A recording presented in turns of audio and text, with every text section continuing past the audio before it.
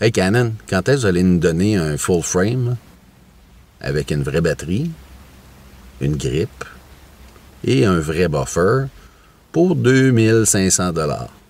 Wake up, Canon! Et oui, une capsulette en direct de ma voiture, puis ça, c'était mon petit cri de panique ou d'alarme à Canon il y a quelques mois lors de la sortie du M50. Mais aujourd'hui, tadam! Le nouveau EOS R, appareil sans miroir, avec un capteur, full frame, enfin! Et je suis très heureux du résultat. Première constatation, c'est un appareil photo qui fit bien dans ma main, qui donne l'impression de tenir un appareil photo, pas un jouet. L'ergonomie, la grippe, la prise en main, c'est magnifique. J'ai l'impression de prendre à peu près n'importe quel appareil que j'ai dans ma collection d'appareils Canon. Cet appareil-là se situe, si on veut essayer de le placer, quelque part entre un 5D Mark IV et un 6D II. Pas de miroir, avec certaines options. Bon, évidemment, tout l'aspect sans miroir va vous donner un paquet de fonctionnalités que vous n'auriez pas avec un réflexe traditionnel. Pour la poutine technique, c'est 8 images secondes en focus simple, et en focus continu, on parle d'environ 5 selon la façon que vous allez régler la priorité au focus ou au tracking. Pour moi, une des fonctionnalités qui manque le plus, c'est l'option des réglages, les presets sur les différents modes de focus.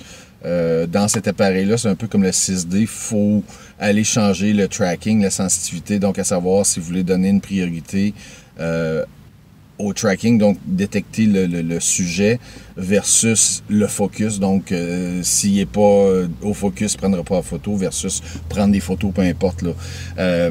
Mais je n'ai pas encore expérimenté beaucoup, là, évidemment, c'est tout frais.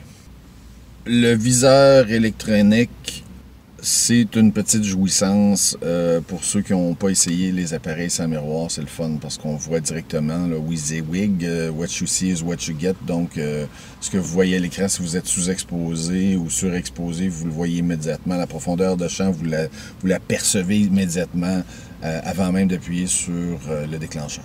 Mes premiers tests pour le focus de visage et de l'œil, évidemment, on commence facile. J'ai commencé ça avec le 85 mm 1.2.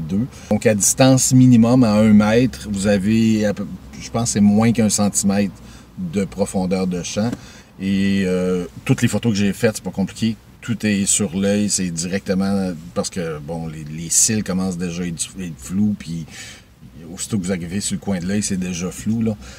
Car à 1.2, c'est extrêmement petit. Mais avec la détection de l'œil, tout était parfait. Hihi! Autre surprise que je qualifierais de presque géniale, sur cette petite bête-là, j'ai utilisé le doubleur avec le 100-400 et toutes les zones de focus sont utilisables. J'ai hâte à samedi. Je vais aller photographier un match de football et je vais m'amuser à grands coups de 100-400 avec le doubleur, chose que je faisais à peu près jamais. C'est une nouvelle monture qui s'appelle la monture R. J'ai pas testé d'objectif encore. Moi, j'ai uniquement du EF, mais on verra avec le temps ce qui va arriver.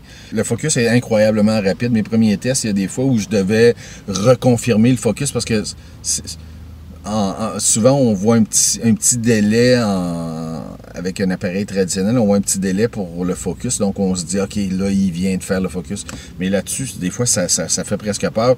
Clic, il est au focus. Puis, il fallait que je recadre pour être convaincu qu'il avait vraiment fait le focus ou que j'étais pas en mode manuel. Déstabilisant, mais je vais m'y habituer assez rapidement.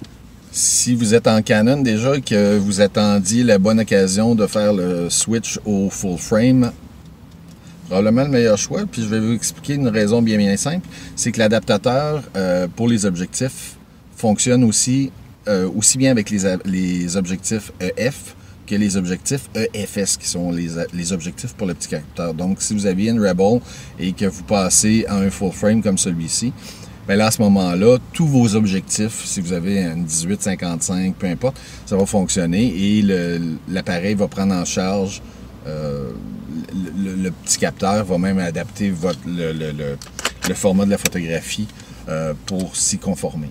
Ça, c'est une première chez Canon et ça peut être très intéressant si vous n'avez pas un parc d'objectifs complet EF.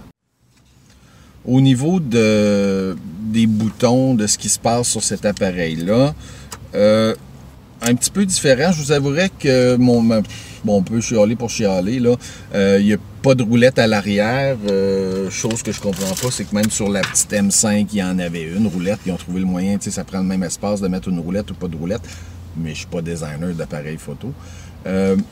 Où ça m'agace un petit peu, c'est l'espace qu'on a dédié au bouton Power. Je trouve que c'est, comme dirait l'autre en latin, du prime real estate, là. Donc ça, c'est un endroit où on aurait pu utiliser à peu près n'importe quoi, le mode, les différents modes de l'appareil. Idem pour le fameux petit écran, là, les fans de Fuji vont dire « Ah, ils ont copié sur Fuji, mais n'ayez crainte, ce genre de petit écran-là existe depuis bien longtemps. Là. » Oui, Nikon a fait la même chose, oui, Canon a fait la même chose. C'est juste que c'est plus années 2000 que l'espèce d'écran de calculatrice Texas Instruments des années 80 qu'on avait sur nos appareils. Plus grand changement ergonomiquement pour moi, c'est la disparition justement de la molette arrière qui normalement est utilisée pour l'ouverture. Là ici, on ramené ça en haut un peu comme Nikon le fait. C'est un changement majeur là, dans la façon d'opérer l'appareil, mais je vous avouerai que quand on y pense, de ne pas avoir à relâcher la pogne sur l'appareil pour aller changer l'ouverture, on est toujours plus stable. Parce que juste de faire ça ici, j'ai quand même le poids de l'appareil qui est beaucoup mieux pris en main que lorsque je déplace ma main. Donc à ce moment-là, bon, habituellement la main qui supporte mon appareil, c'est celle-là. Là. Donc, ce qui va arriver, c'est que ça devient beaucoup plus naturel. Et là, j'ai l'impression qu'après quelques temps, je vais me mettre à chercher cette molette-là sur mes autres appareils. Autre chose qu'il n'y a pas le fameux petit joystick que je détruisais à peu près une fois par année sur mes autres appareils à force de l'utiliser. Mais avec l'écran tactile, ce qui est génial, c'est que vous allez pouvoir déplacer votre point de focus avec l'écran. Sur la plupart des appareils sans miroir font ça. Et ça devient, bon, la différence entre se déplacer ici pour faire le point de focus ou d'aller plus bas dans l'écran, ne change pas grand-chose. Et ça aussi, c'est une autre fonctionnalité que j'aime bien. Les nouveaux appareils avec la monture R ont une roulette de plus, là, à part le zoom et le focus. Il y a une petite roulette clic-clic qui va vous permettre d'assigner à peu près n'importe quoi sur l'appareil. Plusieurs disaient, ben, mais je vais assigner l'ouverture ou on pourrait assigner l'ISO, peu importe. Il va exister un adaptateur avec cette petite roulette-là. Donc, peu importe l'objectif que vous allez utiliser, vous pourriez assigner à l'avant, par exemple, votre ouverture. Donc, directement en main, changer l'ouverture, un peu comme les objectifs de Fuji. Donc, à ce moment-là, ça va devenir quelque chose d'extrêmement naturel ou que ça pourrait être, peu importe l'ISO ou ce que vous préférez. Parlant de l'adaptateur, il y a 3 versions de l'adaptateur qui est disponible ou qui sera disponible. Il y a la version toute simple là, qui adapte vos objectifs EF, EFS à la monture R. Il y a la version avec la petite roulette comme je vous parlais plus tôt. Et il y a une 3e version que je n'ai pas encore vue mais qui pourrait être extrêmement sympathique. Dans lequel vous pouvez insérer un filtre intégré.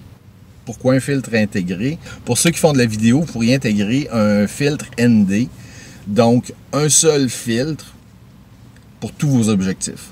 Pour la photographie, il y a une 2e version, ou un 2e filtre plutôt, qui va être un filtre polarisant circulaire que vous allez pouvoir utiliser dans cet adaptateur-là. La beauté, c'est que plutôt que d'avoir besoin d'un polarisant pour chacun de vos objectifs selon le format, c'est que là, vous allez avoir un polarisant pour tous vos objectifs.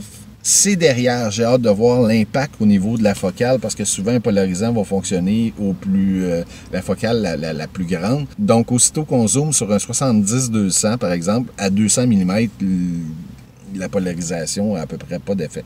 En le plaçant derrière, j'ai hâte de voir ce que ça va donner et j'ai surtout hâte de l'essayer avec un 16-35 parce qu'à 16 mm, oubliez ça, le polarisant, ça fait une espèce de bending horrible et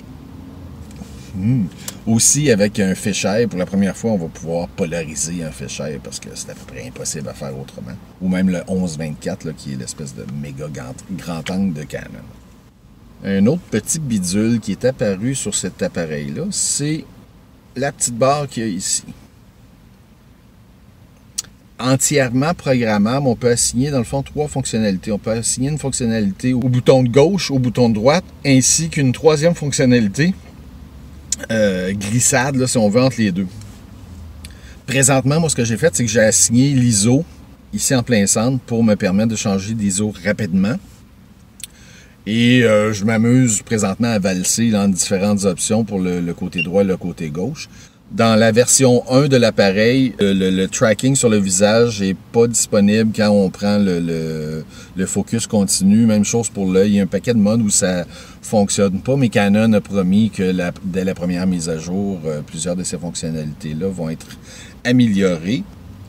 À date, ça m'a pas trop causé de problème. La seule chose que je déteste chez Canon, c'était la même chose avec le M5, le M50, c'est que pour avoir accès, par exemple, au mode silencieux ou au mode du focus de l'œil, faut, par exemple, si on est en mode de focus continu, l'option est grise, donc on peut pas l'activer. Faut aller se mettre dans un mode, exemple, single focus, le mode de focus simple, là.